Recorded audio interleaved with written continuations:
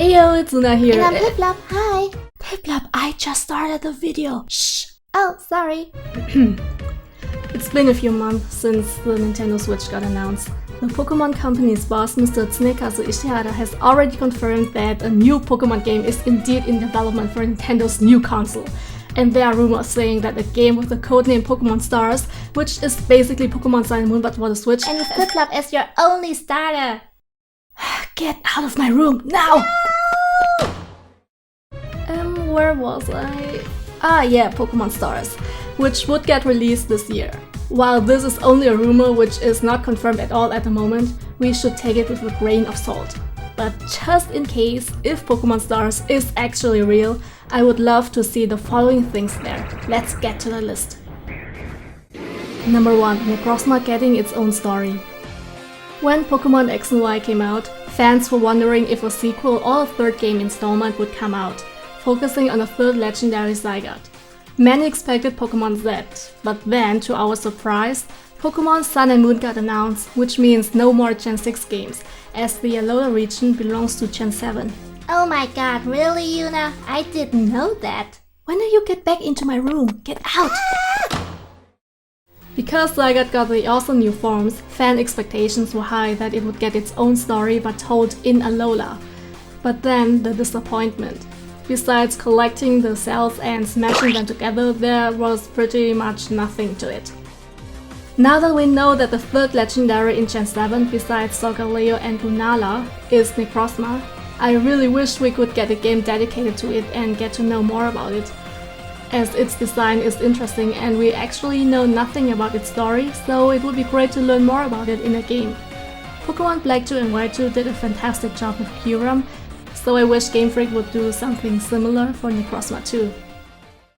Number 2. The return of Eternal Flower Floette. In Pokémon X and Y, we got to know about the war happening in Kalos 3000 years ago. Eternal Flower Floette and its trainer AC became immortal because of the ultimate weapon. Shortly after X and Y got released, data miners discovered a few more 3D models, which hasn't been shown in the game back then. These were, among others, Diancie, Hoopa, Volcanion, and so on. One of them was also Eternal Flower Floette, which we could use as our own Pokémon. Every single other Pokémon which got found by data miners were then released officially, but not Eternal Flower Floette. We don't know what Game Freak intended to do with it, but since it's my favorite version of Floette, I would love to use it in a battle. It knows the move called Light of Ruin, which is the most powerful fairy-type move up to date, with the base power of 140, and none other Pokémon can learn it, so there must be something coming with Floette, right? Right? Give me some hope, guys! Number 3. Soaring. We're soaring, flying, there's not a star in heaven that we can reach if we're trying, yeah. Well, we were soaring in Omega Ruby and Alpha Sapphire, but not anymore in Sun and Moon. It was so much fun to fly on Mega Latios or Latias and see the whole Hoenn region from above. I have read that Game Freak said it's only a feature for auras, but still, just imagine flying over the beautiful region of Alola. That would be truly magnificent.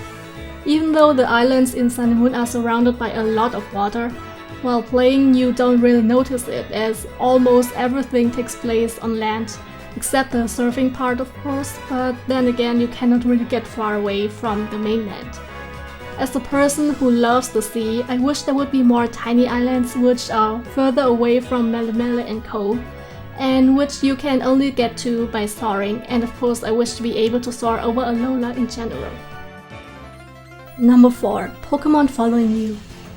I've seen quite many people wanting this feature from Heart Gold and Soul Silver to return, but it hasn't yet. And I wish my voice would return too. It was so cool to have your beloved Pokémon following you, and data miners have actually discovered walking Pokémon models in Sun and Moon. We don't know if it's something Game Freak has only tested out to see what it looks like in 3D, or if this feature was actually planned for Sun and Moon but then got scrapped because the 3DS couldn't handle it or something.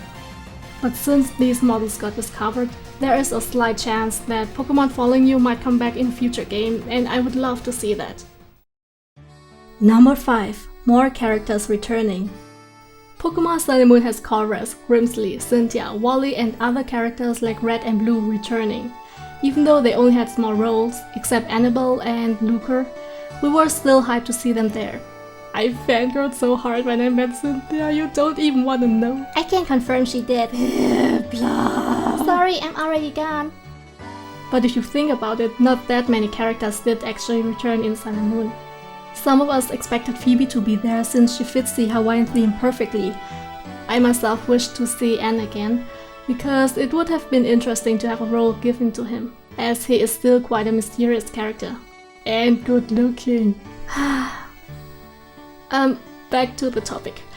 Pokemon has introduced so many characters to us, so if more of them could return in Pokemon Stars, maybe also with bigger roles than just being at the battle tree and so on, it would be really cool to see. Which character or characters would you like to see returning? Alright, these were my wishes for Pokemon Stars. If it's real, of course. What are yours? Please tell me in the comments. And if you enjoyed this video, please leave a like and subscribe if you haven't yet, as it would really help me out. Thanks for watching and bye! Don't kill me.